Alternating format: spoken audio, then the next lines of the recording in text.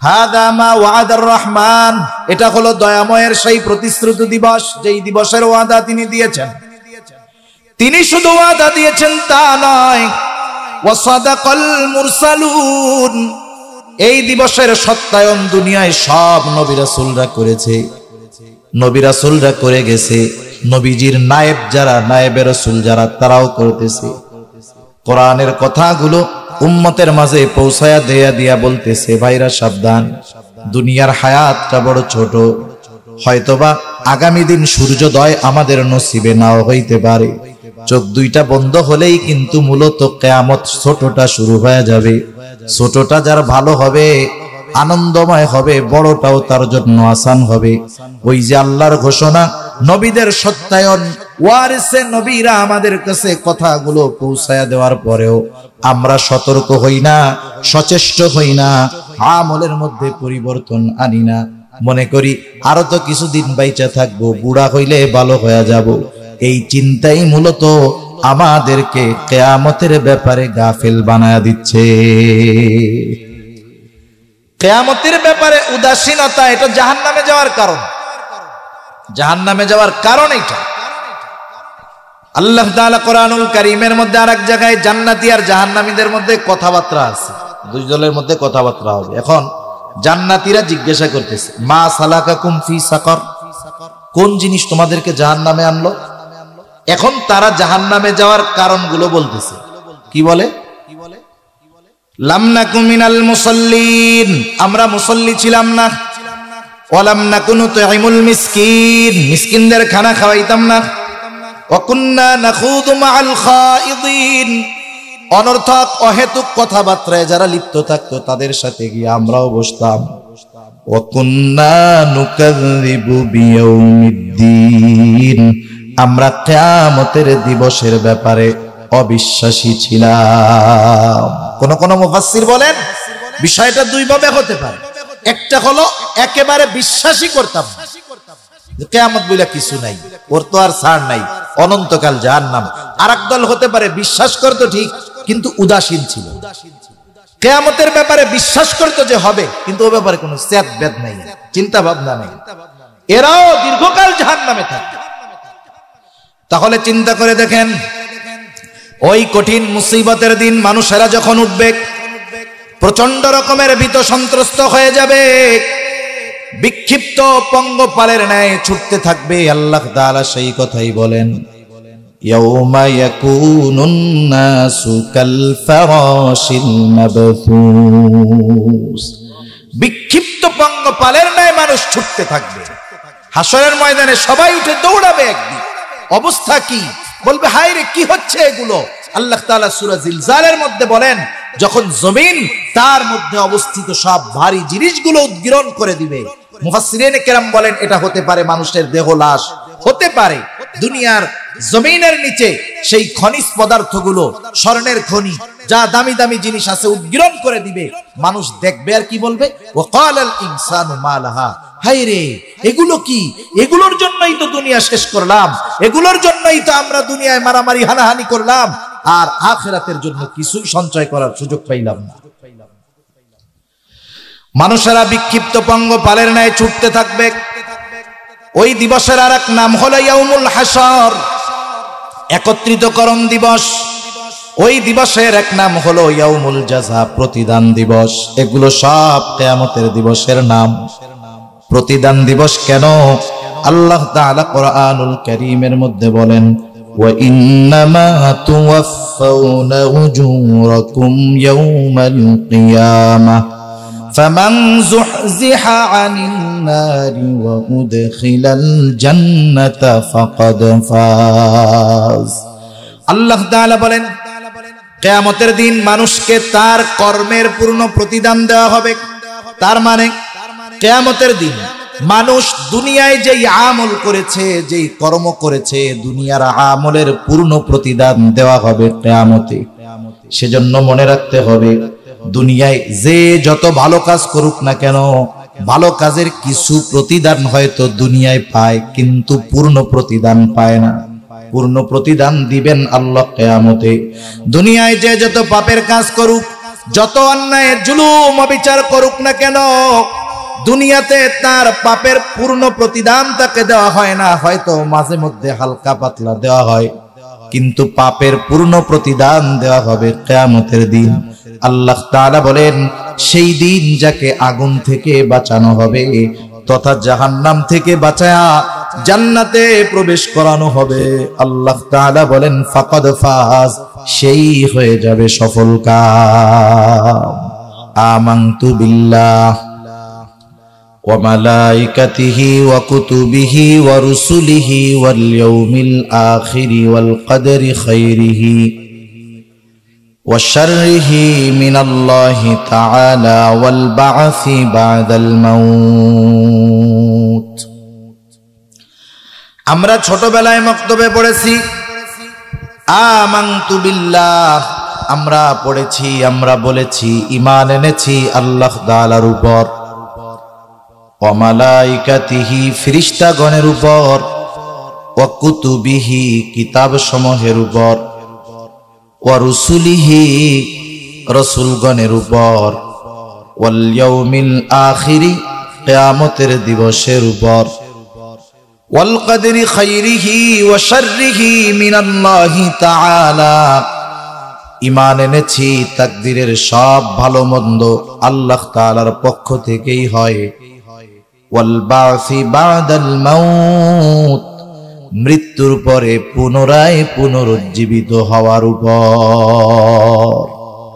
সবাই পড়ছি না আমরা এগুলো?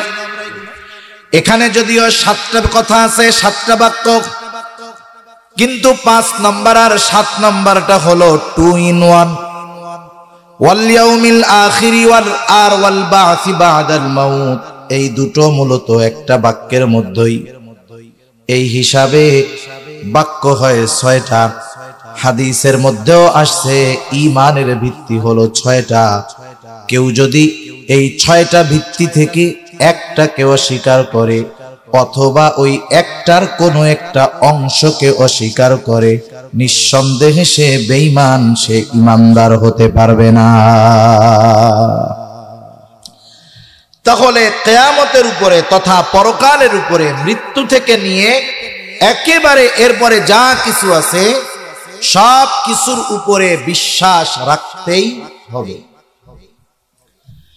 কারণ পরকাল তথা কিয়ামতের উপরে যার যত বিশ্বাস দৃঢ়, দুনিয়ার আমল তার তত সুন্দর। পরকালের ব্যাপারে যার বিশ্বাস যত গভীর, দুনিয়ার মধ্যে তার কর্ম তত সুন্দর, তার আমল তত সুন্দর। এই দুনিয়ায় আমরা কিন্তু চিরদিন থাকতে পারবো না। এই দুনিয়া হলো একটা মঞ্জিল।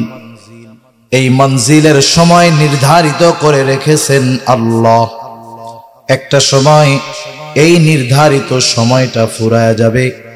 আমাদের সকলের সময় যখন ফুরাবে, একেবারে যথা সময়ে মালাকুল মউত আমার আপনার প্রাণ হরণ করার জন্য হাজির হয়ে যাবে। আল্লাহ রাব্বুল আলামিন জানায় দেন, ফাইদা জাআ আজালুহুম লা ইস্তাখিরুনা সাআতান ওয়া লা ইস্তাকদিমুন। একেবারে যথাসময়ে মালাকুল মউত হাজির হবে। এক মুহূর্ত আগেও আসবে না, এক মুহূর্ত বিলম্ব হবে না, যথাযথ সময়ে সে হাজির, আমার আপনার প্রাণ হরণ করে নিয়ে যাবে।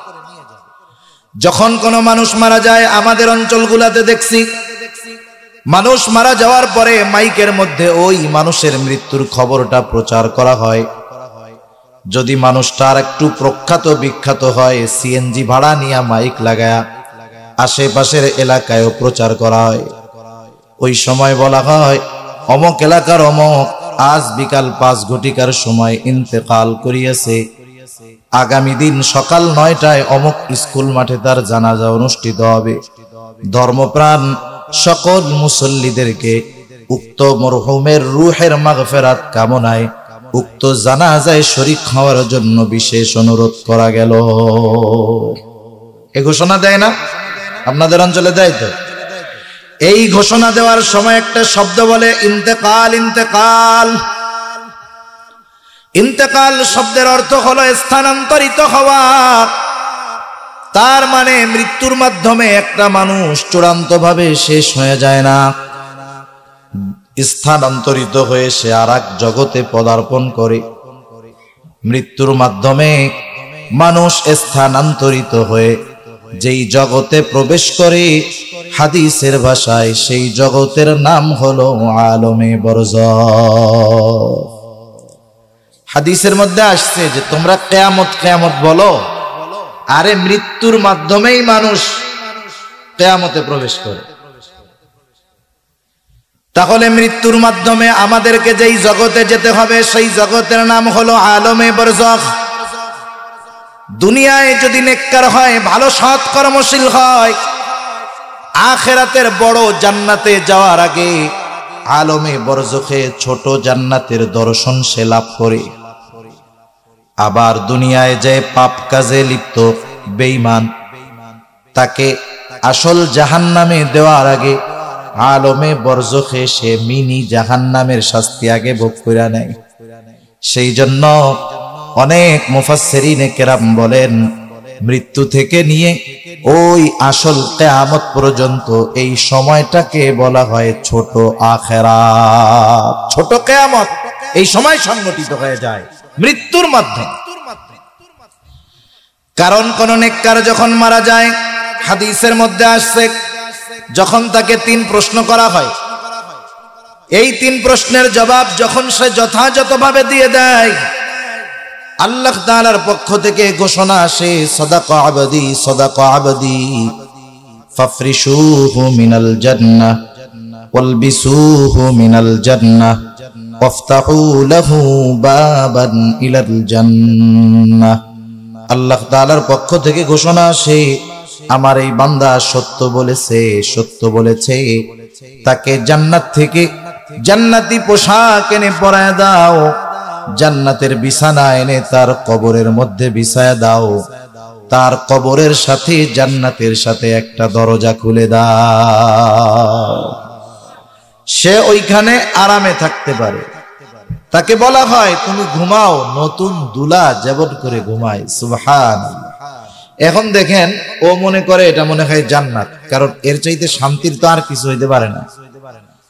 তখন ফেরেশতারা ওকে বলে, না, এখনো তো কিয়ামত কায়েম হয় নাই, এখনো বিচার হয় নাই, হাসর হয় নাই, তুমি মনে করতেছো এটা জান্নাত, আসলে জান্নাত নয়, বরং ওই জান্নাত যার মধ্যে তোমার জন্য কল্পনাতীত নেয়ামত রয়েছে, ওই হাসর হবে, ওর পরে কিয়ামতের পরে আল্লাহ তাআলা তোমাকে তোমার আসল আবাসস্থলে পাঠায়া দিবে। এই লোকটা তখন আল্লাহ তাআলার কাছে বলবে, আল্লাহ তাড়াতাড়ি কিয়ামত কায়েম করেন। কি বলবে বলেন তো? তাড়াতাড়ি কিয়ামত কায়েম করেন, আমি আমার আসল বাড়িতে যাইতে চাই। শুধু তাই না, প্রতিদিন তাকে তার আসল বাড়িটা দেখানো হবে, আর ওর মনে চাবে তাড়াতাড়ি কিয়ামত হইলেই ভালো হয়। এখন আরেক গুরুত্ব, সে কবর তো আর জান্নাতের বাগান হবে না, ওর কবর হবে জাহান্নামের ঘর।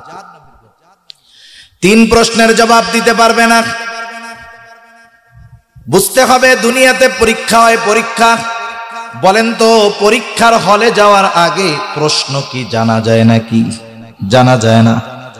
বুঝতে হবে যেই পরীক্ষার প্রশ্ন হলে গেলেই জানা যায়, ওই পরীক্ষা হয় সহজ, কিন্তু যেই পরীক্ষার প্রশ্ন আগেই ফাঁস করে দেওয়া হয়, বুঝতে হবে ওই প্রশ্নের উত্তর জায়গা মতো গিয়ে দেওয়াটা বড় কঠিন। 3 প্রশ্ন যদি ফাঁস হয়ে গেছে আমাদের মাঝে, এখন যদি কেউ চিন্তা করে যে 3 প্রশ্ন তো ধুমসে মুখস্থ করব, কবরের মধ্যে তো হুজুরের কাছ থেকে শুনছি, যাওয়ার পরে ফেরেশতা আসবে, এই 3 প্রশ্নই তো করবে, আর কি করবে? জিজ্ঞাসা করার আগেই বলবো, শোনো তোমার প্রশ্ন করা লাগবে না, এই যে হলো উত্তর। বলেন তো সম্ভব? দুনিয়ায় তো অনেকে পরীক্ষায় পাশ করার জন্য নকল লেখা নিয়ে যায়, দেখেন না? যদি হলের মধ্যে ওই চিন্তা করে যে পরীক্ষার হলে কবরের মধ্যে তো এই 3 প্রশ্ন করবে, যদি ভুলাই যায়, ওসিয়ত যদি কইরা যায় যে আমি মরার পরে সুন্দর মতো এই 3 প্রশ্নের উত্তর লেখা আমার কাফনের মধ্যে দিয়া দিস, বলেন তো যদিও নকল লেখা নিয়ে যায়, ওইখানে গিয়ে কি জবাব দেওয়া সম্ভব? কিছু প্রশ্নের জবাব আছে এগুলো লেখাপড়ার সাথে সম্পৃক্ত, আর কিছু প্রশ্নের জবাব আছে লেখাপড়া না, এটা আমলের সাথে সম্পৃক্ত। কবরের 3 প্রশ্নের উত্তর সম্পৃক্ত হলো আমলের সাথে। কিসের সাথে? আমলের সাথে। ওই 3 প্রশ্নের আলোকে দুনিয়ায় যারা আমল করবে তারা পড়া লাগবে না, জানা লাগবে না, ওইখানে গিয়ে প্রশ্ন করলেই জবাব দিতে পারবে। সুবহানাল্লাহ। যখন প্রশ্ন করা হবে মার রব্বুক, তোমার রব কে, ওমা দীনুক, তোমার দিন কি, নবীজিকে দেখায় বলা হবে মা হাদার রাজুলুল্লাযী বুইসা ফীকুম, এই ব্যক্তিকে যাকে তোমাদের কাছে প্রেরণ করা হয়েছিল। যে জবাব দিল তার অবস্থা তো জানলাম, কিন্তু যে জবাব দিতে পারবে না সে বলবে লা আদরি, আমি কিছুই জানি না। আল্লাহ তাআলার পক্ষ থেকে ঘোষণা আসবে কাযাবা আবদি কাযাবা আবদি ফাফরিশুহু মিনান নার ওয়ালবিসুহু মিনান নার ওয়াফতাহু লাহু বাবান ইলান নার। আল্লাহর নবী জানায় দেন, ঘোষণাকারী ঘোষণা দিবে আমার এই বান্দা মিথ্যা বলেছে, মিথ্যা বলেছে।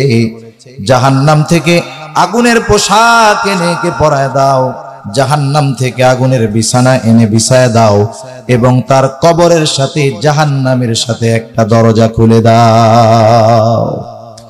আরো হরেক রকমের শাস্তি কবরে আছে, এগুলো বলার মতো সময় আমার নাই। যে কথা বোঝানোর জন্য বলতেছি যে কিয়ামত তো ছোটটা শুরু হয়ে গেছে, এখন ওই শাস্তির তীব্রতা এত বেশি, ও মনে করবে যে এর চাইতে কঠিন শাস্তি আর হইতে পারে না, এটাই মনে হয় জাহান্নাম। তো কি মনে করবে? এটাই মনে হয় জাহান্নাম। ফেরেশতারা ওকে জানাবে না, এটা জাহান্নাম না, বরং এর তুলনায় কল্পনাতীত শাস্তি আল্লাহ তাআলা জাহান্নামে তোমার জন্য প্রস্তুত করে রাখছে। এইবার ও প্রচন্ড ভীতবহবল হয়ে যাবে, ভীত সন্ত্রস্ত হয়ে যাবে, আল্লাহ তাআলার কাছে ফরিয়াদ করবে আর বলবে আল্লাহ কিয়ামত যেন কখনোই কায়েম না হয়, কিয়ামত যেন কখনোই কায়েম না হয়।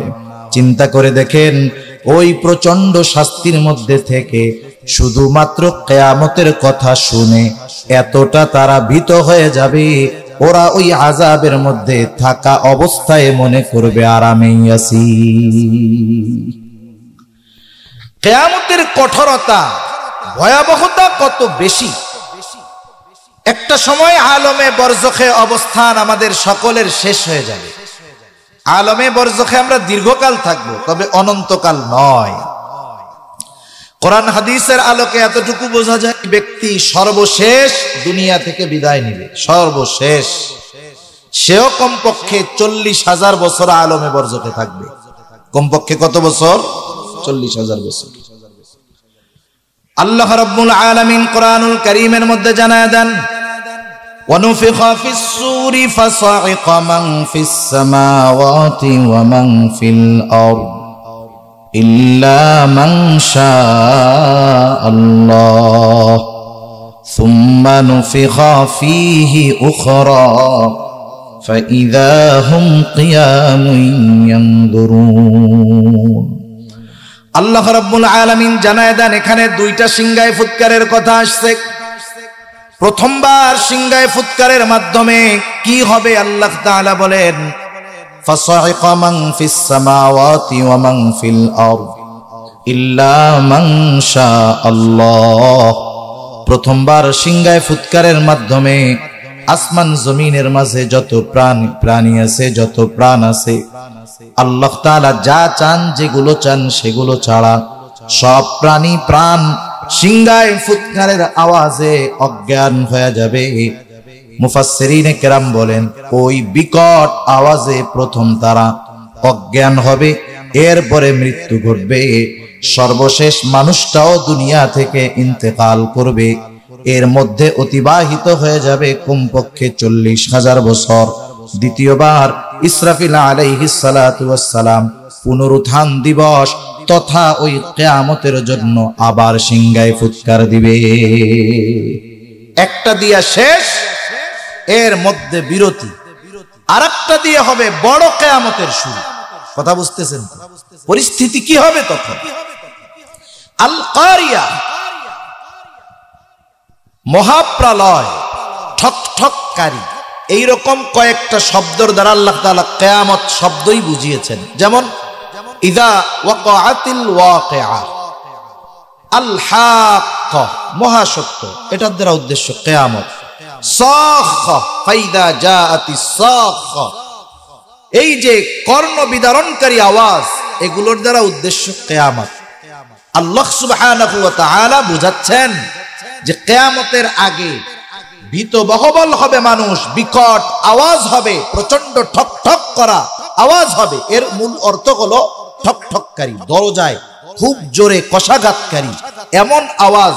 অনেক সময় দেখেন না, যখন আমরা আকাশে মেঘের আওয়াজ হয়, এত জোরে আওয়াজ হয় যে একজন সাধারণ মানুষও ওই আওয়াজের পরে পরাণ ভয়ে কাঁপতে থাকে, হয় কি হয় না? কিয়ামতের আগে সিংগায় ফুৎকারের মাধ্যমে, এই বিকট আওয়াজের মাধ্যমে আমাদেরকে কিয়ামতের জন্য প্রস্তুত করা হবে। সিংগায় ফুৎকার প্রথমটা হোক আর দ্বিতীয়টা হোক। দ্বিতীয়বার সিংগায় ফুৎকার দিবে ইসরাফিল আলাইহিস সালাম। তখনের অবস্থা কি?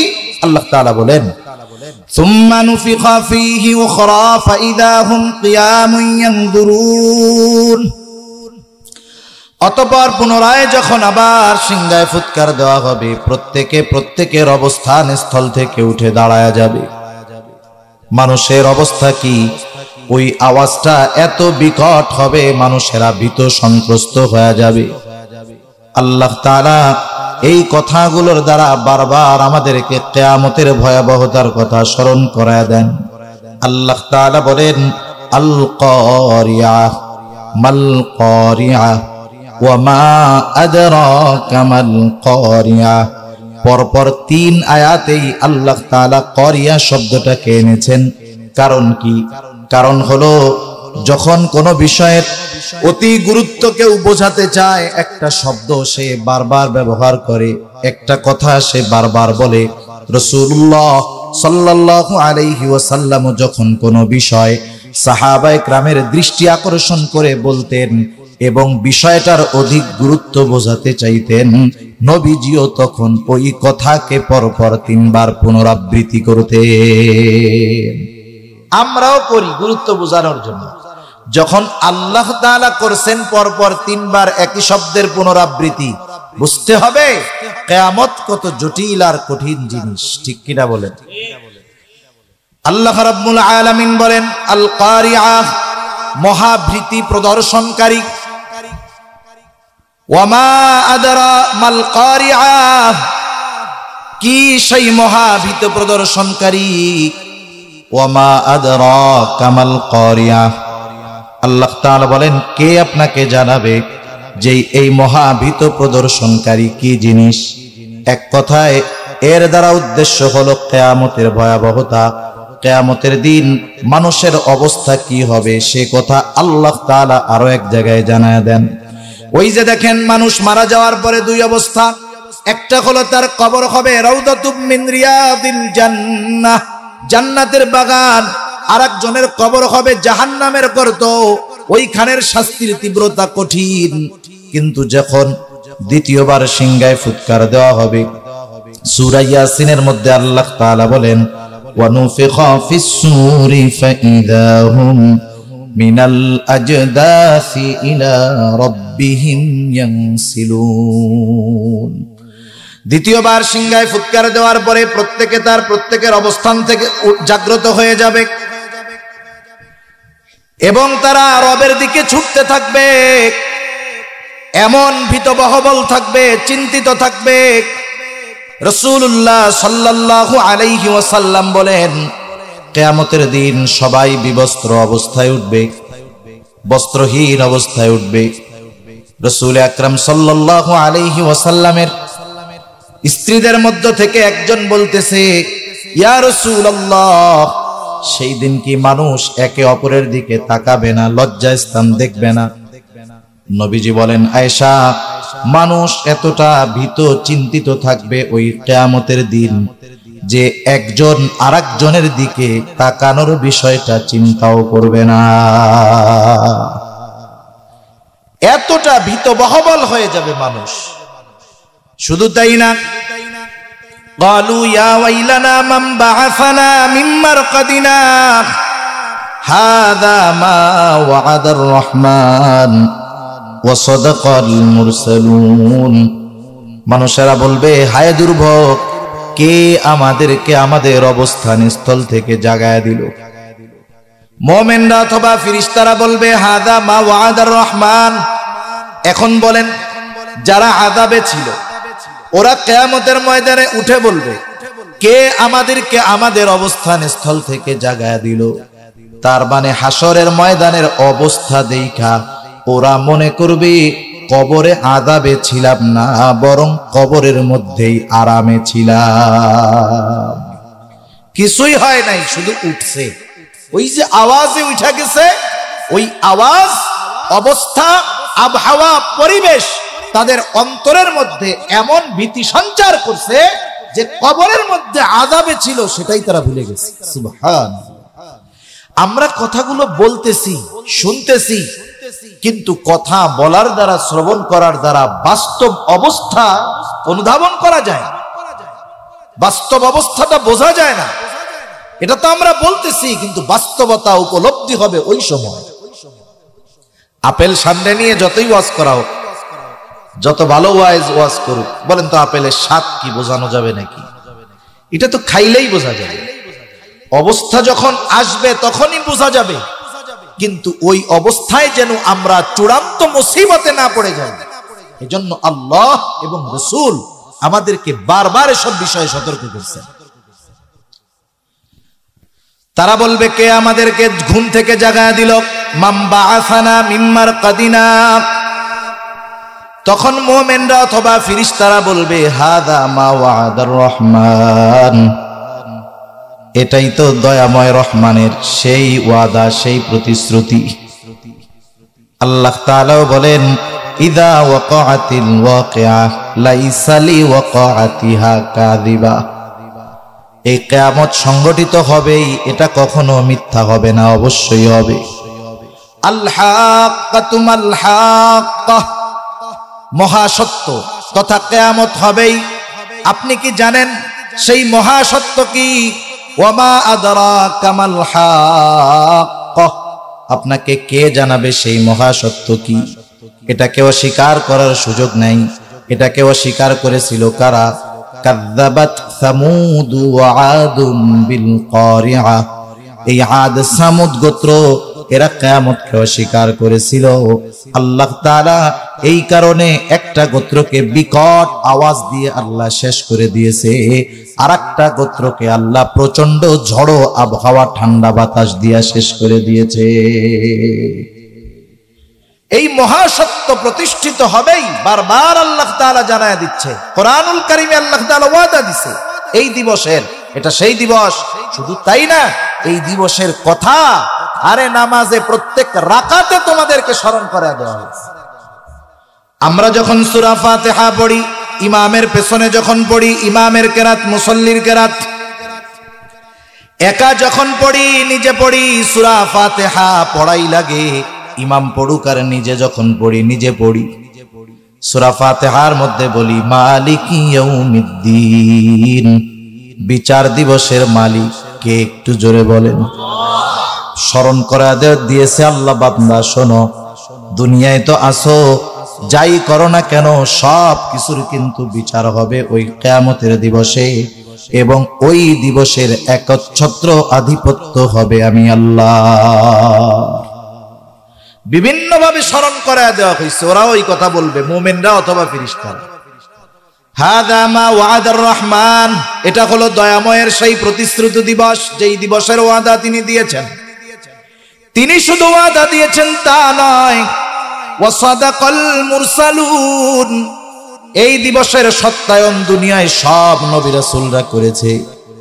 নবী রাসূলরা করে গেছে, নবীজির নায়েব যারা, নায়েবে রাসূল যারা, তারাও করতেছে। কোরআনের কথাগুলো উম্মতের মাঝে পৌঁছায়া দিয়া বলতেছে, ভাইরা সাবধান, দুনিয়ার হায়াতটা বড় ছোট, হয়তোবা আগামী দিন সূর্যোদয় আমাদের নসিবে নাও হইতে পারে। চোখ দুইটা বন্ধ হলেই কিন্তু মূলত কিয়ামত ছোটটা শুরু হয়ে যাবে। ছোটটা যার ভালো হবে, আনন্দময় হবে, বড়টাও তার জন্য আসান হবে। ওই যে আল্লাহর ঘোষণা, নবীদের সত্যায়ন, ওয়ারিসে নবীরা আমাদের কাছে কথাগুলো পৌঁছায়া দেওয়ার পরেও আমরা সতর্ক হই না, সচেষ্ট হই না, আমলের মধ্যে পরিবর্তন আনি না। মনে করি আরো তো কিছুদিন বাইচা থাকবো, বুড়া হইলে ভালো হয়ে যাব। এই চিন্তাই মূলত আমাদেরকে কিয়ামতের ব্যাপারে গাফেল বানায়া দিচ্ছে। কিয়ামতের ব্যাপারে উদাসীনতা, এটা জাহান্নামে যাওয়ার কারণ। জাহান্নামে যাওয়ার কারণ এটা। আল্লাহ তাআলা কোরআনুল কারীমের মধ্যে আরেক জায়গায় জান্নাতি আর জাহান্নামীদের মধ্যে কথাবার্তা আছে, দুই দলের মধ্যে কথাবার্তা হবে। এখন জান্নাতীরা জিজ্ঞাসা করতেছে, মা সালাকাকুম ফি সাকার, কোন জিনিস তোমাদেরকে জাহান্নামে আনলো? এখন তারা জাহান্নামে যাওয়ার কারণগুলো বলতেছে। কি বলে? লাম নাকু মিনাল মুসাল্লিন, আমরা মুসল্লি ছিলাম না। ওয়ালাম নাকু নুতঈমুল মিসকিন, মিসকিনদের খানা খাওয়াইতাম না। ওয়া কুন্না নাখুযু মাআল খায়িদিন, অনর্থক অহেতুক কথাবার্তায় যারা লিপ্ত থাকতো তাদের সাথে গিয়ে আমরাও বসতাম। ওয়া কুন্না নুকাযযিবু বিয়াউমিদ্দিন, আমরা কিয়ামতের দিবসের ব্যাপারে অবিশ্বাসী ছিলাম। কোন কোন মুফাসসির বলেন বিষয়টা দুই ভাবে হতে পারে। একটা হলো একেবারে বিশ্বাসই করতাম না, কিয়ামত বলে কিছু নাই, ওর তো আর ছাড় নাই, অনন্তকাল জাহান্নাম। আরেক দল হতে পারে বিশ্বাস করতো ঠিক, কিন্তু উদাসীন ছিল। কিয়ামতের ব্যাপারে বিশ্বাস করতো যে হবে, কিন্তু ও ব্যাপারে কোনো সেদ বেদ নাই, চিন্তা ভাবনা নেই। এরাও দীর্ঘকাল জাহান্নামে থাকে। তাহলে চিন্তা করে দেখেন, ওই কঠিন মুসিবতের দিন মানুষেরা যখন উঠবে, প্রচন্ড রকমের ভীত সন্ত্রস্ত হয়ে যাবে, বিক্ষিপ্ত পঙ্গপালের ন্যায় ছুটতে থাকবে। আল্লাহ তাআলা সেই কথাই বলেন, ইয়াউমা ইয়াকুনুন নাসু কাল ফারাশিল মাবথুস, বিক্ষিপ্ত পঙ্গপালের ন্যায় মানুষ ছুটতে থাকবে। হাসরের ময়দানে সবাই উঠে দৌড়াবে। একদিন অবস্থা কি? বলবে হায় রে, কি হচ্ছে এগুলো? আল্লাহ তাআলা সূরা জিলজালের মধ্যে বলেন, যখন জমিন তার মধ্যে অবস্থিত সব ভারী জিনিসগুলো উদ্গীরণ করে দিবে। মুফাসসিরিনে কেরাম বলেন এটা হতে পারে মানুষের দেহ লাশ, হতে পারে দুনিয়ার জমিনের নিচে সেই খনিজ পদার্থগুলো, স্বর্ণের খনি, যা দামি দামি জিনিস আছে উদ্গীরণ করে দিবে। মানুষ দেখবে আর কি বলবে, ওয়াকালাল ইনসানু মা লাহা, হায় রে এগুলো কি? এগুলোর জন্যই তো দুনিয়া শেষ করলাম, এগুলোর জন্যই তো আমরা দুনিয়ায় মারামারি হানাহানি করলাম, আর আখিরাতের জন্য কিছুই সঞ্চয় করার সুযোগ পাইলাম না। মানুষেরা বিক্ষিপ্ত পঙ্গপালের ন্যায় ছুটতে থাকবে। ওই দিবসের আরেক নাম হলো ইয়াউমুল হাসর, একত্রিতকরণ দিবস। ওই দিবসের এক নাম হলো ইয়াউমুল জাযা, প্রতিদান দিবস। এগুলো সব কিয়ামতের দিবসের নাম। প্রতিদান দিবস কেন? আল্লাহ তাআলা কোরআনুল কারীমের মধ্যে বলেন, ওয়া ইন্নামা তুওয়াফাউনা উজুরাকুম ইয়াউমাল কিয়ামাহ ফামান যুহজিহা আনিন নারি ওয়া উদখিলাল জান্নাতা ফাকাদ ফাজ। আল্লাহ তাআলা বলেন, কিয়ামতের দিন মানুষকে তার কর্মের পূর্ণ প্রতিদান দেওয়া হবে। তার মানে কিয়ামতের দিন মানুষ দুনিয়ায় যেই আমল করেছে, যেই কর্ম করেছে, দুনিয়ার আমলের পূর্ণ প্রতিদান দেওয়া হবে কিয়ামতে। সেজন্য মনে রাখতে হবে, দুনিয়ায় যে যত ভালো কাজ করুক না কেন, ভালো কাজের কিছু প্রতিদান হয়তো দুনিয়ায় পায়, কিন্তু পূর্ণ প্রতিদান পায় না। পূর্ণ প্রতিদান দিবেন আল্লাহ কিয়ামতে। দুনিয়ায় যে যত পাপের কাজ করুক, যত অন্যায় জুলুম অবিচার করুক না কেন, দুনিয়াতে তার পাপের পূর্ণ প্রতিদান তাকে দেওয়া হয় না, হয়তো মাঝে মধ্যে হালকা পাতলা দেওয়া হয়, কিন্তু পাপের পূর্ণ প্রতিদান দেওয়া হবে কিয়ামতের দিন। আল্লাহ তাআলা বলেন, সেই দিন যাকে আগুন থেকে বাঁচানো হবে তথা জাহান্নাম থেকে বাঁচায়া জান্নাতে প্রবেশ করানো হবে। আল্লাহ তাআলা বলেন, ফাকাদ ফাজ, সেই হয়ে যাবে সফলকাম। আল্লাহ তাআলা বলেন, খাফিদাতুর রাফিআ, ওই দিন কেউ সম্মানিত হবে, উঁচু হবে, আর কেউ অসম্মানিত হবে, একেবারে নিচু হয়ে যাবে সে। ওই দিবসটা সেই দিবস। ওই দিবসের এক নাম হলো ইয়াউমুল হাসর, একত্রিতকরণ দিবস। সব মানুষ বিক্ষিপ্ত পঙ্গপালের ন্যায় ছুটে এক জায়গায় একত্রিত হবে, জমা হয়ে যাবে। আমরা গ্রামে আগে দেখছি ছোটবেলায়, এখন তো কারেন্ট আছে, মাঝে মধ্যে দেখা যায় যেই সব অঞ্চলে কৃষি কাজ হয় বেশি, ধান টান হয় বেশি, দেখবেন যখন ওই সময় ধানের সিজনে, ফসলের সিজনে কোথাও যদি কোনো লাইট জ্বালানো হয়, লাইট বলেন তো কি হয় তখন? আলো দেখা চারদিক দিয়া পোক একেবারে উড়ে এসে ওই জায়গায় জমা হয়। ওই দিন কিয়ামতের দিন সবাইকে আল্লাহ তাআলা এক জায়গায় একত্রিত করবে। আজকে যদি গোটা দুনিয়ায় ওই সীমানার কাঁটাতারের বেড়া না থাকতো, তাহলে আমরা গিয়েও তাদের সাহায্য করতে পারতাম, তারাও বিপদে হিজরত করে বাঁচতে পারতো, ঠিক কিনা বলেন? আল্লাহ তাআলা সবাইকে ওইরকম একত্রিত করবে এক জায়গায়, ইয়াউমুল হাসর, একত্রিতকরণ দিবস। সেই দিন কি হবে? অবস্থা এত ভয়াবহ হবে। আল্লাহ রাব্বুল আলামিন এরপরে জানায় দেন, ওয়াতাকুনুল জিবালু কাল-ইহনিল মানফুশ। কিয়ামতের দিনটা এত ভয়াবহ এক দিবস, যেই দিন পাথর ওই যে লেপ্তশক যখন বানায়, ধুনানো তুলার, রঙিন তুলার ন্যায় উঠতে থাকবে। সেই দিন পাহাড় উঠতে থাকবে ওই রকম ধুনানো তুলার ন্যায়। যখন লেপ্তশক বানায়, হয়তো আপনারা দেখছেন, তুলার উপরে যখন লাঠি দিয়া বাড়ি মারে, দেখবেন তুলা উড়ে একবারে শুলার মতো উঠতেছে। ওই রকম বিশাল বিশাল পাহাড়ের অবস্থা এরকম হয়ে যাবে, একেবারে ধূলিকণায় পরিণত হয়ে যাবে। গোটা দুনিয়াটাকে আল্লাহ তাআলা রুটির মতো লেভেল বানায় দেবে, কোথাও উঁচুমুচি থাকবে না, একেবারে সমান লেভেল হয়ে যাবে। আল্লাহ তাআলা এবার সবাই একত্রিত করবেন, কেন? দুনিয়ার কর্মের পূর্ণ প্রতিদান দেওয়ার জন্য। কি কি হবে সেই দিন? কয়েকটা মুহূর্ত হবে সবচাইতে টেনশনের।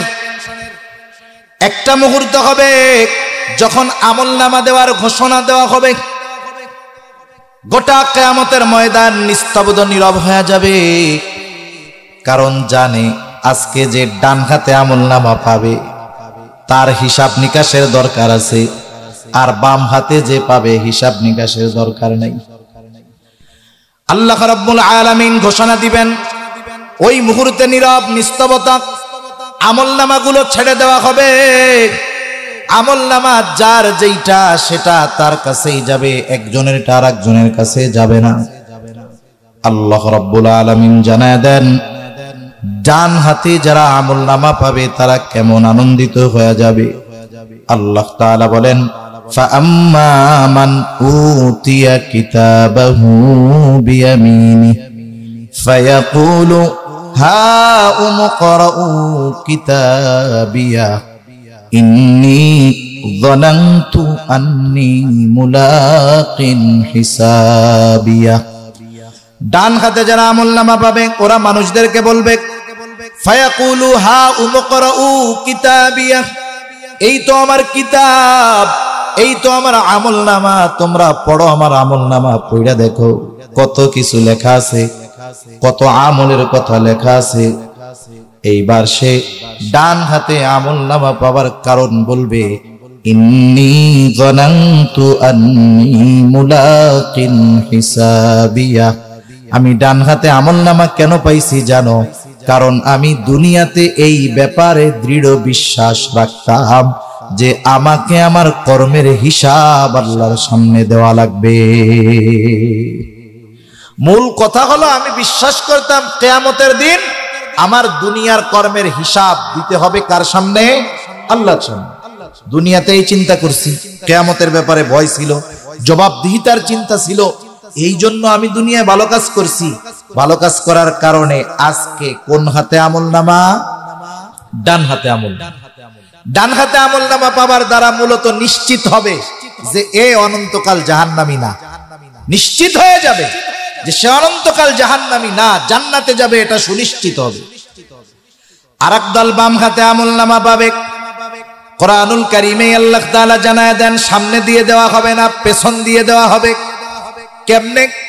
বাম হাতটাকে বুক চিরে পেছন দিকে নেওয়া হবে, এরপরে তার হাতের মধ্যে আমলনামা দিয়ে দেওয়া হবে। আমলনামা পেয়ে সে কি বলবে? আল্লাহ তাআলা বলেন, ওয়া আম্মা মান উতিয়া কিতাবাহু বিশিমালি ফায়াকুলু ইয়া লাইতানি লাম উতা কিতাবিয়া ওয়া লাম আদরি মা হিসাবিয়া ইয়া লাইতাহা কানাতিল কাদিয়া। বাম হাতে আমলনামা পাবার পরে বলবে, হায় দুর্ভোগ, লাম উতা কিতাবিয়া, আমি যদি এই কিতাব, আমি যদি এই আমলনামা না পাইতাম কতই না ভালো হতো। ওয়ালাম আদরি মা হিসাবিয়া, আমি যদি আমার এই হিসাবটা না জানতাম কতই না ভালো হতো। ইয়া লাইতাহা কানাতিল কাদিয়া, এর আগে যদি আমার চূড়ান্ত ভাবে মৃত্যু হয়ে যাইত, অর্থাৎ ওই প্রথম মৃত্যুটাই যদি আমাকে পুরোপুরি নিশ্চিহ্ন করে দিত কতই না ভালো হতো। আফসোস করবে ঠিক, কিন্তু সেই দিন করার কিছু থাকবে না। এই কিয়ামতের জন্য দুনিয়ায় থাকতেই প্রস্তুতি নিতে হয়। ওই দিন যেন আমলনামা বাম হাতে না যায়, ডান হাতে আসে, এই জন্য প্রস্তুতি নিতে হয়। দুনিয়ায় মরার পরে নিলে হয় না। আমাদের অবস্থাটা হলো কি জানেন? অধিকাংশ মানুষের ক্ষেত্রে ও দুনিয়ায় থাকতে অপরাধ, গুনাহ, পাপাচার যা করে করুক, ও পাপ টাপ করে মরে, এরপরে ওর পোলাপান আত্মীয় স্বজন চিন্তা করে মিলাদ টিলাদ দিয়া ওনার একটু জান্নাতে পৌঁছাইয়া দিই। এত সহজ নাকি? আমি যদি দুনিয়ায় ভালো কাজ না করি, ভালো আমল না করি, আমার অবস্থা টাইট হয়ে যাবে, মৃত্যু থেকেই শুরু হয়ে যাবে আফসোস। কথায় আসলো, একটু মনে আসলো তাই বলি। দেখেন, এই হায়াত আছে, হায়াত হলো সবচাইতে দামি। মানুষের কিছু স্টেপ আছে, মঞ্জিল আছে।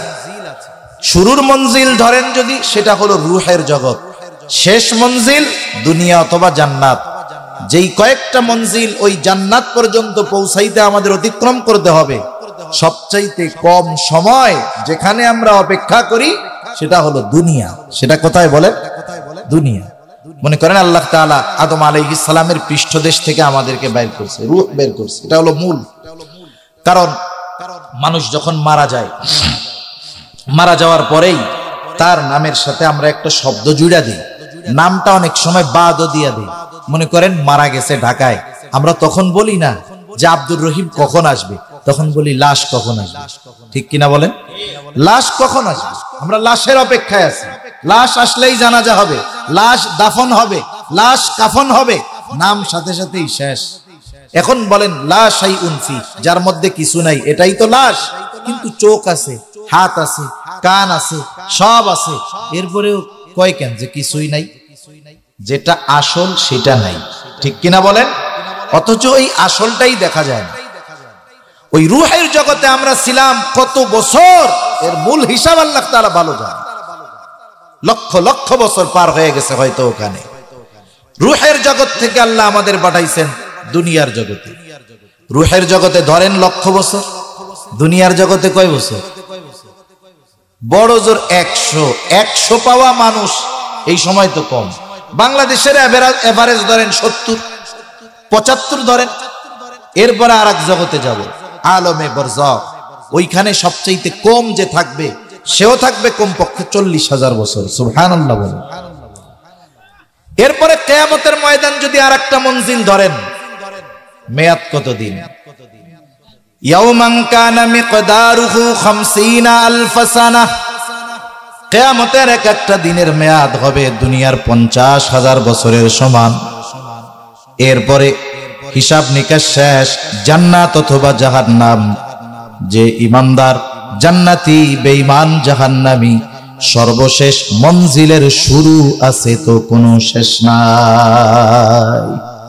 যার শান্তি শুরু তো শান্তি, যার কষ্ট শুরু তো কষ্ট। এখন বলেন শেষ মঞ্জিল কার কেমন হবে? এটা নির্ভর করে দুনিয়ার এই মাত্র 70 বছরের হায়াতের উপর। সুবহানাল্লাহ। সেজন্য এই মঞ্জিলের সময়টা কম, কিন্তু দামটা বেশি। আসলে চোখ খোলা থাকলে এই জিনিসের দাম বোঝা যায় না।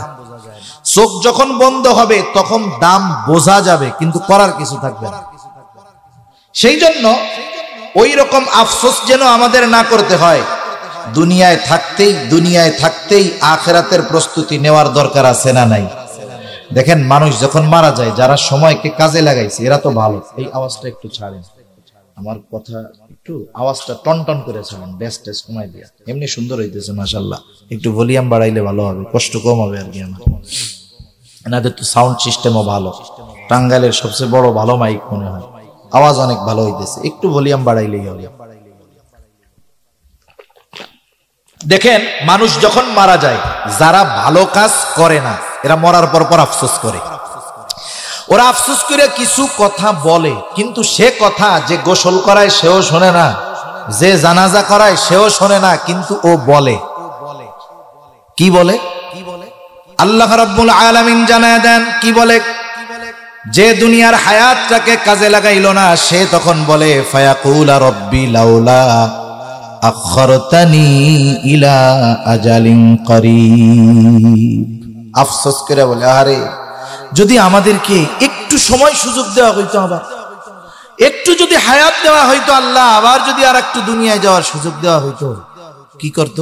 ওরাই বলবে ফাআসসাদাকা ওয়া আকুম মিনাস সালিহিন, আমরা সম্পদ শেখ থেকে দান সাদাকা করতাম, নেক কাজ কইরা সৎ কর্মশীলদের অন্তর্ভুক্ত হয়ে যাইতাম। যদি একটু সুযোগ আবার দুনিয়ায় যাওয়ার দেওয়া হইতো, ওই মানুষটা ওই সময় দুনিয়ার এই হায়াতের মূল্য বুঝবে, কিন্তু তার করার কিছু থাকবে না। সেজন্য ওই জিনিস যার জন্য মানুষ মরার পরে আফসোস করে, সেটা তো আলহামদুলিল্লাহ আমাদের কাছে এখন আছে, হায়াতটা আছে না। এখন যদি কাজে না লাগাই, আখেরাতের পাথেও যদি সংগ্রহ না করি, এটা বোকা। নবীজি বলেন, তোমরা তো ভাবো চালাক, যে অল্প দিনে টাকা পয়সা ধন দৌলত উপার্জন করছে, এটা তোমরা ভাবো মনে হয় খুব চালাক। আসলে ও চালাক না। চালাক হলো কে? চালাক হলো সে যে অল্প দিনের দুনিয়ারে কাজে লাগাইয়া অনন্তকালের জান্নাতের মালিক হয়ে যায়। সুবহানাল্লাহ। ওই দিন আমাদের আমলনামা আমাদের কাছে পৌঁছায়া দিবেন আল্লাহ। ডান হাতে আমলনামা পাইলে সফল, বাম হাতে আমলনামা পাইলে সে চূড়ান্ত পর্যায়ের ব্যর্থ। যেই সময়গুলোতে হাসরের ময়দানে মানুষেরা সবচাইতে চিন্তিত থাকবে, এর একটা সময় হলো এটা। এরপরে আল্লাহ তাআলাহিল মানফুস ফাআম্মা মান ফাকুলাত মাওয়াজিনু ফাহুয়া ফি ঈশাতিন রাদিয়া। আরেকটা সময় মানুষ সবচাইতে চিন্তিত থাকবে, ভীত থাকবে। কোন সময়? যখন তার আমলকে ওজন দেওয়া হবে। আমার আপনার আমল ওজন দেওয়া হবে, গণনা করা হবে না, কত বড় তাও দেখা হবে না, ওজন দেওয়া হবে। আল্লাহ তাআলা ওজনের জন্য পরিমাপক দাড়িপাল্লার ব্যবস্থা করবেন। আল্লাহ সুবহানাহু ওয়া তাআলাও জানায় দেন, ওয়া নাযাউল মাওয়াজিনাল কিসত লিয়াউমিল কিয়ামাতি ফালা তুযলামু নাফসুন শাইআ وإن كان مثقال حبة من خردل أتينا بها وكفى بنا حاسبين। আল্লাহ তাআলা বলেন, আমি কিয়ামতের দিন ন্যায় বিচারের পরিমাপক প্রতিষ্ঠা করব। কিয়ামতের দিন ন্যায় বিচারের আদালত প্রতিষ্ঠা করব, এমন বিচারালয়, এমন পরিমাপক। ফালা তুযলামু নাফসুন শাইআ, ওই দিন কারো প্রতি ন্যূনতম কোনো জুলুম করা হবে না, অবিচার করা হবে না। বরং দুনিয়াতে কেউ যদি সরিষা দানা পরিমাণ কোনো আমল করে থাকে, আল্লাহ তাআলা বলেন ওই আমলটাকেও আমি আল্লাহ হাজির করব। হাজির করা হবে, আল্লাহ হিসাব নেবেন, ওজন করবেন। আল্লাহ তাআলা কেমন সূক্ষ্মদর্শী। হযরত লোকমান নাম শুনছেন না? হযরত লোকমানের, হযরত লোকমান।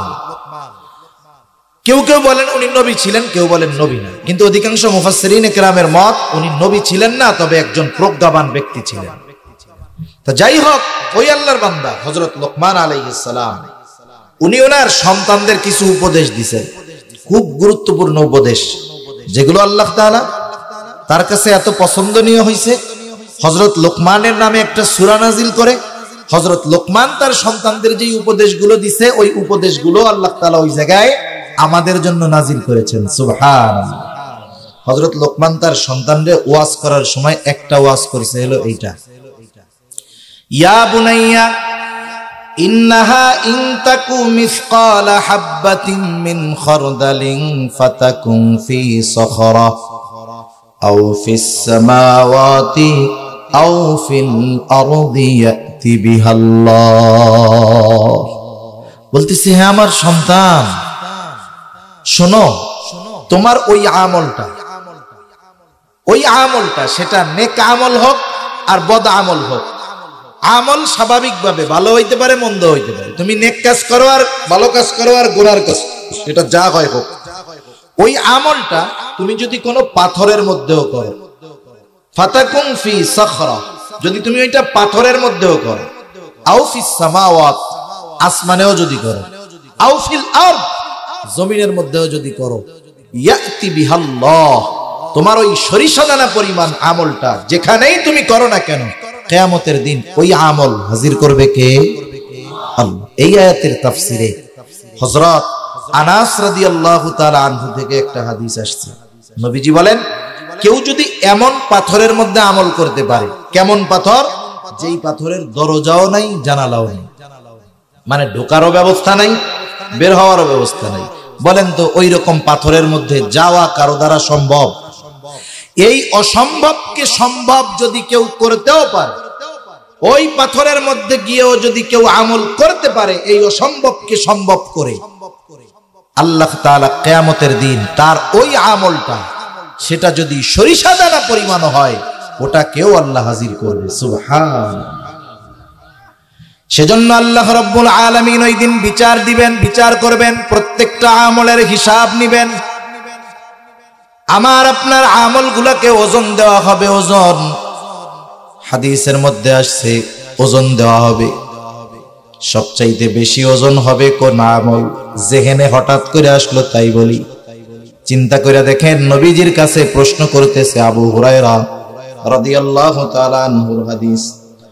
নবীজিকে জিজ্ঞাসা করা হলো, ইয়া রাসূলুল্লাহ, মিজানের মধ্যে সবচাইতে ওজন হবে কোন আমল? নবীজি নামাজের কথা বলেন নাই, রোজার কথা বলেন নাই, হজের কথা বলেন নাই, যাকাতের কথা বলেন নাই। নবীজি বললেন, মিজানের মধ্যে সবচাইতে ওজন হবে যেই আমল, সেটার নাম হলো উত্তম চরিত্র। উত্তম আখলাকের ওজন সবচাইতে বেশি হবে। যেহেতু যুব সমাজের মাহফিল, কথাটা বলার দরকার, কারণ এখন দিন যাচ্ছে, উত্তম চরিত্রের অধপতন খুব দ্রুততার সাথে ঘটতেছে, ঠিক কিনা বলেন? সব ক্ষেত্রে ওস্তাদের সাথে ছাত্রের আচরণ, বড়র সাথে ছোটর আচরণ, বাবার সাথে ছেলের আচরণ, প্রতিবেশীর সাথে আচরণ, আত্মীয় স্বজনের সাথে আচরণ, দিন যাচ্ছে আরো খারাপ হইতেছে, ঠিক কিনা? কোন আমরা স্কুলে আমরাও পড়ছি, আমরা অমুসলিম শিক্ষকের কাছেও পড়ছি, শিক্ষক হিসাবে তাকে যতটুকু শ্রদ্ধা করার দরকার করছি। সাইকেল চালাইছি, কোনদিন কোন ছাত্র দেখছি যে ওই শিক্ষক অমুসলিম হোক, একদিন পড়ছি, অথবা একই স্কুলে পড়ায়, আমাদের ক্লাস নাই, তারে দেখার সাথে সাথে অনেক দূর থেকে এই সাইকেল থেকে নেমে গেছে। যতটুকু সম্মান শ্রদ্ধা করার করছি, কোন অপরাধ করতেছি, দুষ্টমি করতেছি, এমনি মুরব্বী আসতেছে তার সম্মানার্থে আর করি নাই। এখন তো যা হয় এগুলো বলার আর কিছু নাই। তা যাই হোক, আমাদেরকে উত্তম আখলাকের অধিকারী যদি হতে পারি, চেষ্টা যদি চালায়া যাই, ওইটা হবে মিজানের মধ্যে সবচাইতে ওজনদার এক আমল। সুবহানাল্লাহ। তাহলে আমল বড় কিনা এটা হবে না, গোনাও হবে না, আমলকে কি করা হবে? ওজন দেওয়া হবে, ওজন দেওয়া হবে। আর আমল তো ওজনদার হয় ইখলাস, সাথে সাথে নবীজির সুন্নাহ, এই দুইটার সংমিশ্রণ যেই আমলের মধ্যে ঘটে, ওই আমলটা ওজনওয়ালা আমল হয়ে যায়। আর যদি ইখলাস না থাকে, ওই আমল আমার নাজাতের তো কারণ হবেই না, বরং ওই আমলটা আমার জাহান্নামে যাওয়ার কারণ হয়ে দাঁড়াতে পারে, ঠিক কিনা বলেন? এজন্য আল্লাহ তাআলা আমাদের সব আমলগুলাকে ওজনদার আমল বানানোর তৌফিক আল্লাহ দান করুন। সকলে বলি আমিন। দান করবে দানশীল ব্যক্তি, আল্লাহ জিজ্ঞাসা করবে, এত সম্পদ দিছি কি করছো? বলবে আল্লাহ দান করছি, এরে দিছি, ওরে দিছি, তারে দিছি, এই বানায় দিছি, সেই বানায় দিছি। কেন দিছো? বলবে আল্লাহ দিছি আপনার সন্তুষ্টির জন্য। আল্লাহ বলবে তোমার মনের খবর আমি জানি, তুমি দিছো যাতে তোমার দানবীর বলে, তোমার প্রশংসা করে, যে জন্য দান করছো দুনিয়ায় তো পেয়ে গেছে, যাও আজকে কিছু নাই, ঠিকানা তোমার জাহান্নাম। আরে আলেমরে জিজ্ঞাসা করবে ইলম কেন শিখছো, কারিকে জিজ্ঞাসা করা হবে কোরআন কেন শিখছো, বলবে আল্লাহ আপনার সন্তুষ্টির জন্য। বলবে মিথ্যা কথা বলতেছো, তুমি কারি হইছো, আলেম হইছো, দুনিয়ার মানুষ তোমার তিলাওয়াতের প্রশংসা করবে, তোমারে বড় ওয়াইজ বলবে, বক্তা বলবে, মুফাসসিরে কোরআন বলবে, তোমার সুর শুনে মানুষ তোমার বাহবা দিবে।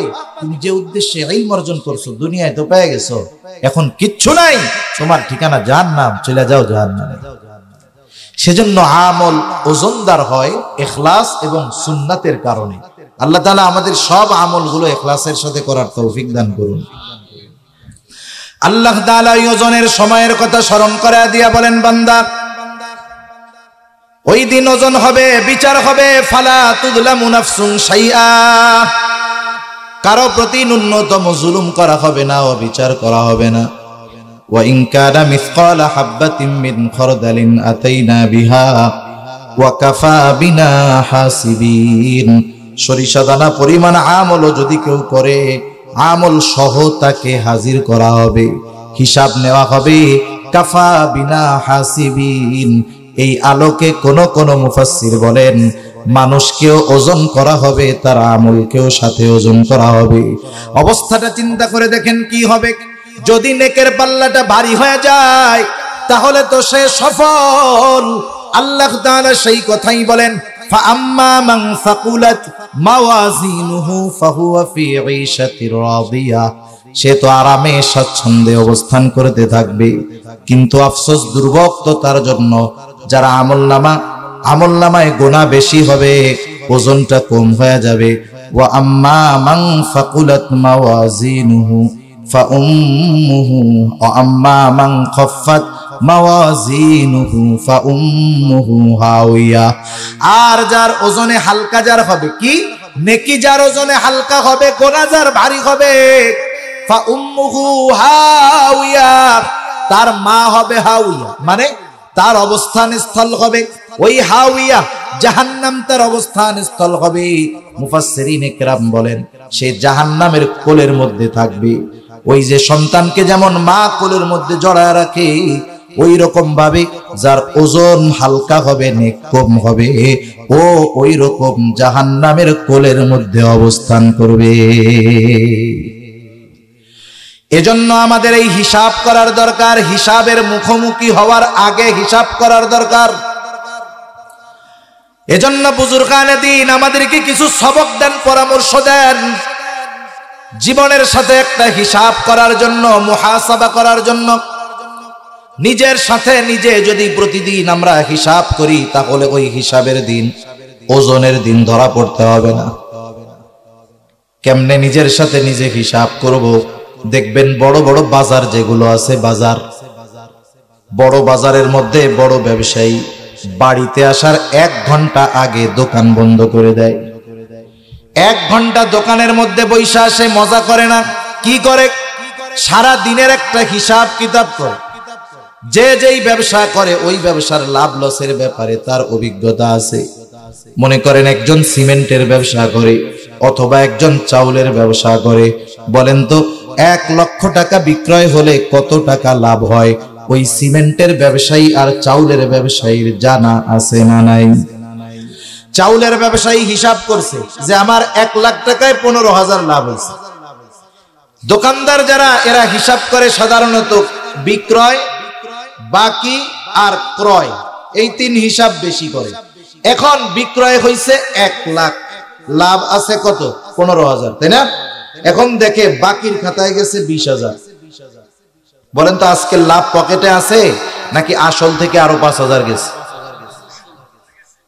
সারাদিনের হিসাব করার পরে যে হিসাবী ব্যবসায়ী, ও এইবার ওর কর্মচারীদেরকে বলবে, শোনো, এই যে 20,000 বাকি গেছে, এই 20,000 আগামীকাল থেকে আমার বিক্রয় কম হোক, অসুবিধা নেই। আমার বাপেও যদি বাকি চায় আগামীকাল থেকে দিবা না। আমার 80,000 সেল হোক, তাও লাগবে না। আমার 50,000 হোক, আমার 7,000 7,500 নগদ লাভ থাকলেই হইল। কারণ বাকির নাম ফাঁকি, যে অবস্থা, এ টাকা কবে উঠবে আল্লাহ জানে। আমি মরার পরে উঠবে কিনা সন্দেহ আছে। এখন আমার বাপ আইসাও আগামীকাল থেকে বাকি চাইলে বাকি দিবা না।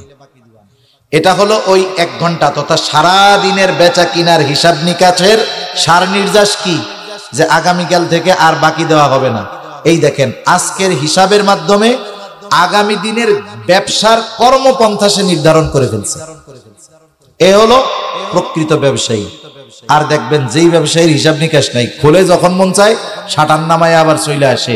ও যত পুঁজি নিয়ে ব্যবসা করুক না কেন, বেহিসাবি হওয়ার কারণে এক সময় কোটি টাকার পুঁজিও তার ফুরায়া যায়, কারণ কোনো প্ল্যানিং নাই, হিসাব নাই। তো জীবনের ক্ষেত্রে হিসাব যদি এরকম হয়, আমি আজকে রাতে শুইতে যাব, ঘুমানোর আগে 5টা মিনিট সময় আমি আমার সাথে নিজের জীবনের এক হিসাব করব, যে হায় রে আজকে সারাদিনে কয়টা ভালো কাজ করলাম, সারাদিনে কয়টা মন্দ কাজ করলাম, কয়টা কবিরা গুনাহ করলাম, কয়টা ভালো কাজ করলাম।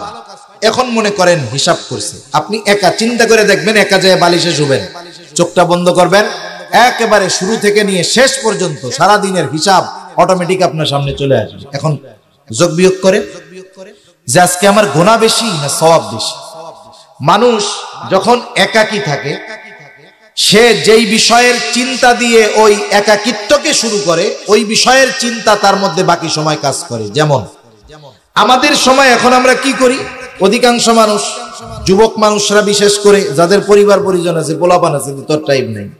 অন্যান্য যারা আছে ওলামায়ে কেরাম, এদের টাইম কম, কিন্তু যুবক মানুষ, ওর কাজ কাম নাই তো। ও যখন শোয়ার আগে মোবাইলটা হাতে নেয়, এবার হাতে নিয়ে দেখা শুরু করে ফেসবুক দেখতে দেখতে দেখতে দেখতে দেখতে শয়তান ওকে মোহগ্রস্ত কইরা যে গোনা দিয়ে শুরু করে, আস্তে আস্তে তার চাইতে বড় গোনার দিকে নিয়ে যায়। দেখা যাবে ওর হুঁশ নাই, এমন ভাবে চলতেছে, ওর খবর হয় কোন সময়, ফজরের আজান যখন হয় তখন। এখন ঘুম আসে, মোবাইলের চার্জ ফুরায় গেছে। এই যে দেখেন শয়তান টিভি, ভূত আমল করছস, এখন একটু ঘুমা, আজান দিবে, তাহাজ্জুদের টাইম হবে, আর ওর ঘুম আসবে তখন। এটাই বাস্তবতা, অবস্থা এমনই চলতেছে। কিন্তু কেউ যদি রাতে শোয়ার পরে একটু এই হিসাবটা করে, হারে আজকে রাতটা তো শেষ রাত হইতে পারে, একটু হিসাব করি সারাদিন কি ভালো কাজ করলাম, 5টা মিনিট 10টা মিনিট হুজুর তো বললো, দেখবেন যদি ও দেখে যে হিসাবের পরে সওয়াব বেশি গুনাহ কম, ওর মধ্যে একটা উৎফুল্ল ভাব কাজ করবে। ও চেষ্টা করবে আগামী দিন থেকে আমি ভালো কাজটা আরো বাড়াবো। আর যদি ওই চিন্তা করে, আরে রাত্রে তো মইরা যাইতে পারি, হিসাব করি, যদি দেখে যে গুনাহ বেশি, হয়তো ওই আল্লাহর বান্দা তাওবা করবে। এ তো আর মানুষ দেখানো তাওবা হবে না, একা একই নিজের বিছানার মধ্যে শুয়ে শুয়ে আল্লাহরে বলবে, আল্লাহ মরে তো যাইতেও পারি, কতজন মারা যায়, চলে যায়, আল্লাহ আমার গুনাহগুলো মাফ করে দেন, আগামীকাল থেকে আমি আর গুনাহ করব না, আমারে আপনি তৌফিক দেন। এখন মনে করেন ও তো কথাটা বলছে, দুনিয়ার মানুষ কেউ নাই, ওর কথা ও শুনছে, ফেরেশতারা সাথের গুলা শুনছে, আর কে শুনছে? দেখেন এই হিসাবের পরে সে আগামী দিনের কর্মপন্থা নির্ধারণ করতে পারছে, তাওবা করছে। হতে পারে এটাই জীবনের শেষ তাওবা, ওই রাতটাও হতে পারে তার শেষ রাত। এখন হতে পারে এই তাওবার কারণে সে আগামী দিন জান্নাতীদের তালিকায় নাম নিয়া এরপরে তার দুনিয়ার সফর শেষ হবে, আখিরাতের সফর শুরু হবে। ঠিক কিনা বলেন?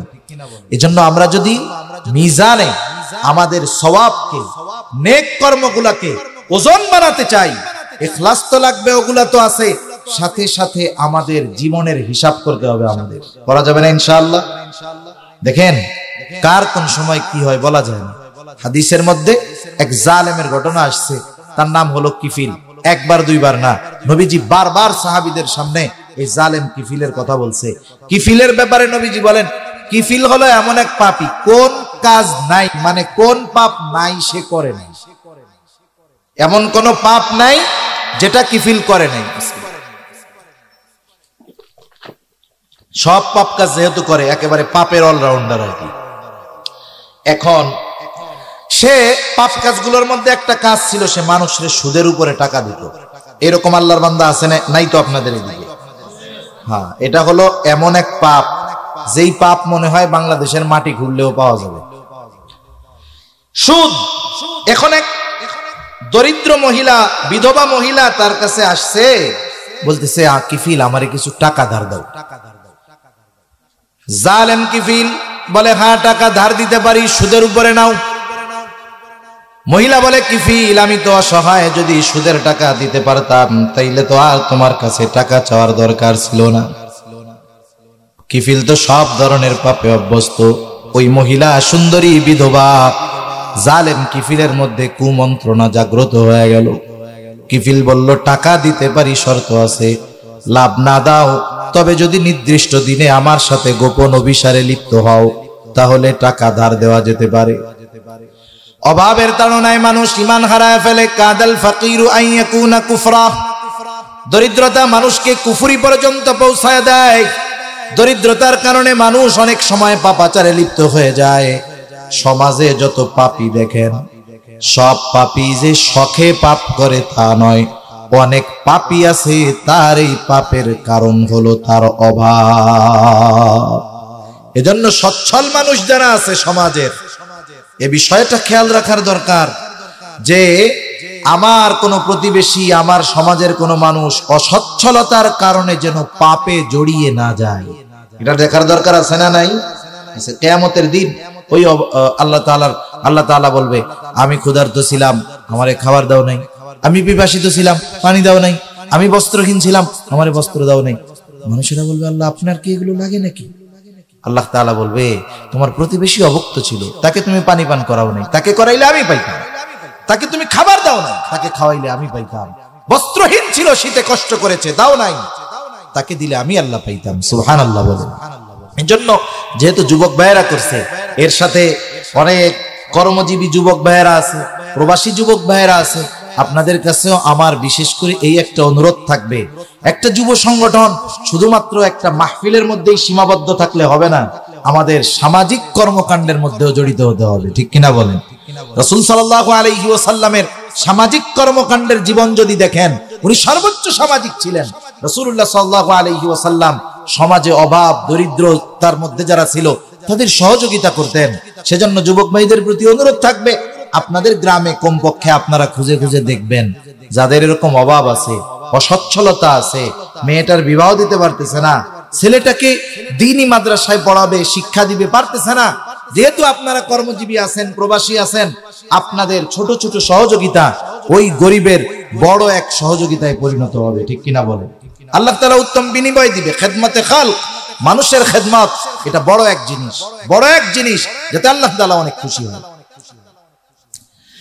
তা জালেম কিফিল মহিলার কাছে যখন বলছে, দরিদ্রতার কারণে মহিলা অপারগতার কারণে স্বীকার করছে, বলে খা। নির্ধারিত দিনে জালেম কিফিল মহিলার কাছে হাজির। যখন সে তার কর্ম সম্পাদন করতে যাবে, একেবারে কাছে, মহিলা ভয়ে থরথর করে কাঁপতেছে। জালেম কিফিল বলে, মহিলা তুমি কান্না করো কেন, কাঁপো কেন? আমি কি তোমাকে জোর করেছি নাকি? তুমি তো শর্তে রাজি হয়েই টাকা নিয়েছ। মহিলা বলে, কিফিল আমি অভাবের কারণে তোমার সাথে এই কথার ব্যাপারে শিকার হয়েছি। ও কিফিল, আমি কোনোদিন এই পাপের সাথে জড়াই নাই, অভাবের কারণে আমার এই অবস্থা। আমার তো ভয় হয় তোমার সাথে এই গোপন অভিসারে লিপ্ত হওয়ার পর আমি যদি মারা যাই, আল্লাহ তাআলার সামনে আমি একজন জেনাকার হিসাবে আমাকে উপস্থিত হওয়া লাগবে। আমি আল্লাহর ভয়ে কান্না করতেছি, অন্য কোনো কারণে নয়। এতটুকু কথা জালেম কিফিলের কান দিয়ে পৌঁছিয়ে হৃদয়ে ছুঁয়ে গেছে। ও চিন্তা করতেছে, আরে মহিলা এখনো পাপ করে নাই, ইচ্ছা কইরাও করতে চায় নাই, এতেই ওর এই অবস্থা। আর আমি তো কোনো পাপ ছাড়ি নাই। হাদিসের মধ্যে আসছে 60 দিরহাম সে মহিলাকে দিয়েছিল। মহিলা এই কথা বলবার পর জালেম কিফিল বলে, যাও মহিলা, তোমারে আমি এই 60 দিরহাম সাদাকা করে দিলাম, মাফ করে দিলাম। আর শুনে রাখো, আজকে থেকেও আমি প্রতিজ্ঞাবদ্ধ হইলাম, আমি আর কোনোদিন পাপের সাথে জড়াবো না। জালেম কিফিল তওবা করে বাড়ি চলে গেছে। ঘটনাক্রমে ওই রাত্রে সে মারা গেছে। জালেম কিফিল মারা গেছে। মানুষেরা খুশি হইছে যে জালেম মারা গেছে। মনে রাখবেন, সমাজের কিছু মানুষ মরলে অনেক মানুষ ইন্না লিল্লাহ মুখ দিয়া কয় ঠিক, মনে মনে কয় আল্লাহ আরো আগে মরলো না কেন, এখন মরছে তাও আলহামদুলিল্লাহ। বলে না, শুনাইয়া কয় যে হায় রে অমুকে মারা গেছে, আমার বুকটা জ্বলে যাচ্ছে। মনে মনে কয় আরো 10 বছর আগে মরলো না কেন? সমাজের কিছু মানুষ মরলে মানুষ খুশি হয়, ও তো জালেম ছিল, মানুষ মরছে, মানুষ খুশি হয়েছে। কিন্তু আল্লাহ তাআলা জানায় দিছে না, তোমরা জালেম বইলো না কিফিলকে।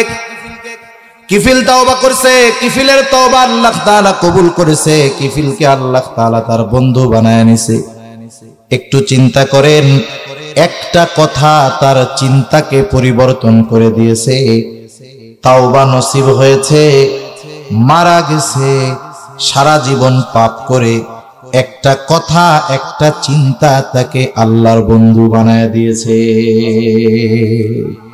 সেজন্য আমরা এখন থেকে জীবনের হিসাব করব, আল্লাহ তাআলার সামনে হিসাবে উপস্থিত হওয়ার আগে আমরা নিজেরা নিজেদের সাথে হিসাব করব না ইনশাআল্লাহ। যখন বড় বড় প্রতিষ্ঠানে অডিট আসবে, সরকারি অডিট আসবে হিসাব নেওয়ার জন্য, ওই মাদ্রাসার যিনি হিসাব রক্ষক থাকেন একবার হিসাব ফাইনাল করে বসে থাকেন, এলাকার যারা বুঝে এদেরকে ডাকি, দেখ তো হিসাবটা ঠিক আছে নাকি, 15-20 জনরে দেখায়। এরপরে গিয়া অডিট অফিসার যখন দেখে তখনও মনের মধ্যে খালি শুভু শুভু লাগে, না জানি কই ভুল হয়ে যায়, না জানি কই ভুল হয়ে যায়। চিন্তা করে দেখেন, ওই মহাপ্রক্রমশালী যিনি সবার হিসাব নেওয়ার জন্য একাই যথেষ্ট, ওই মহান সত্তার সামনে আমার জীবনের হায়াতের হিসাব দেওয়ার আগে ওই হিসাব আমাকে নিজের কাছে নিজে বারবার দেওয়ার দরকার আছে না নাই? যদি দিতে পারি তাহলে আশা করি ওই যে মিজানে যখন ওজন হবে তখন অবশ্যই নেকের পাল্লা ভারী হবে ইনশাআল্লাহ।